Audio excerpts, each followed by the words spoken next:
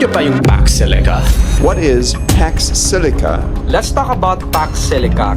Tapos yung iba dyan sinusuportahan yung Pax Silica. Lang mas magrereklamo kayo sa tubig pagdating ng Pax Silica sa Pilipinas. Mauubos na daw ang tubig sa Pilipinas dahil sa Pax Silica. Dahil daw sa laki nito, magkakasya daw ang 444 Philippine Arena sa lupang tatayuan nito. Ano nga ba ang Pax Silica? At bakit kailangan kang maging aware dito bago maging huli ang lahat?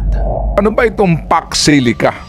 Ang Pax Silica ay isang dambuhalang project ng 14 countries sa pangunguna ng Amerika. Bakit daw itatayo ito? Para gumawa ng maraming computer chips, AI, data centers, at iba pang makabagong technology. Sumali ang Pilipinas noong April 16, 2026. At ang unang malaking project ay planong itayo sa New Clark City, Tarlac. Hindi lang ito isang malaking computer building ha, isang syudad ito. Ang lupang inilaan para sa Pax Silica ay 1,619 hectares. Okay, para ma-imagine mo kung gaano kalaki yan, think of a basketball court. Alam mo bang magkakasya na sa Pax Silica ang 38,500 na basketball courts? Ganyan siya kalaki. Kasya na din dito ang isa sa pinakamalaking mall sa Pilipinas, ang Mall of Asia. Pero imo-multiply mo sa 101. Ganyan kalawak ang lupa niya. Maliban sa kakainin nitong malawak na lupain, lalamon din ito ng napakaraming tubig. Tubig na iniinom mo at maaaring maging numero unong kaagaw mo sa fresh water. Wait muna, ano nangyari yun? Di ba puro computers naman yung nasa loob niyan? Well, ganito kasi yan. Ang malalaking data center ay puno ng computers na tumatakbo ng 24/7. At dahil sobrang init ng mga machines, kailangan silang palamigin gamit ang tubig. Ang isang malaking hyperscale data center ay maaaring gumamit ng hanggang 5 million gallons ng tubig kada araw. Katumbas na yan ng 19 million na litro ng tubig. Uulitin ko po, araw-araw yan. Meanwhile, sabi naman ng gobyerno sapat daw ang tubig. Pero sa totoo lang, hindi words of assurance ang kailangan natin. We need actual numbers. Saan nyo kukunin ang tubig? Ilang milyon kada araw? Ilang porsyento ang i-recycle? At anong mangyayari kapag nagtagtuyot? Dito papasok yung mga sinasabi ng mga tao na hindi naman mauubos ang tubig. Nag-i-evaporate lang, tapos uulan ulit.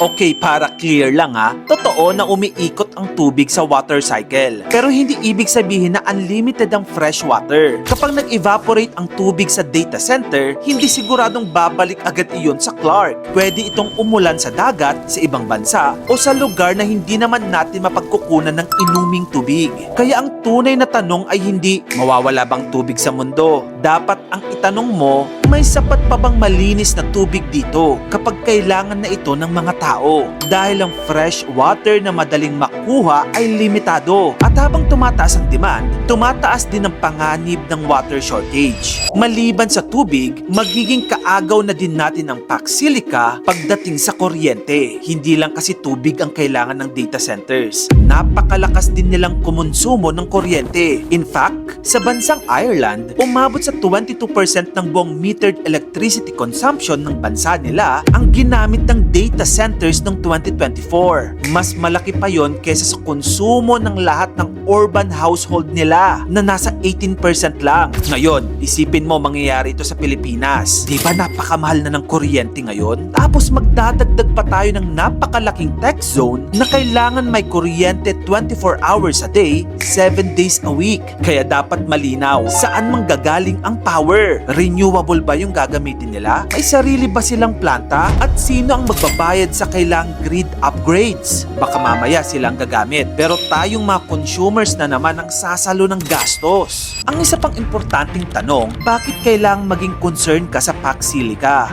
Well, may direktang epekto ito sa'yo. In fact, sa ibang bansa, hindi na sila nagpa-petiks-petiks pagdating sa mga data centers. Example yung sa Chile, alam mo bang kinailangang baguhin ng Google ang data center nila doon dahil masyadong maraming tubig ang gagamitin, nakakaranas sila ng tagtuyot doon. Sa Netherlands naman, nilimitahan nila ang malalaking data centers dahil kulang na ng lupa at kuryente. Take note, ang mga bansang nabanggit ko, hindi sila kontra sa technology. Nag-ingat lang sila bago pumayag. Ganon din dapat tayo tayo, hindi basta oo ng oo. Now, to be fair, meron bang positive side ang Pax Silica? Well, meron naman, gaya ng maraming construction jobs, tapos pagkakataong magkaroon tayo ng mas malaking papel sa global AI at semiconductor industry. Pero dapat itanong natin, ilan ang permanenteng trabaho na mapoprovide nito? Tapos, ilan ang mapupunta sa mga Pilipino? And of course, magkano ang sahod?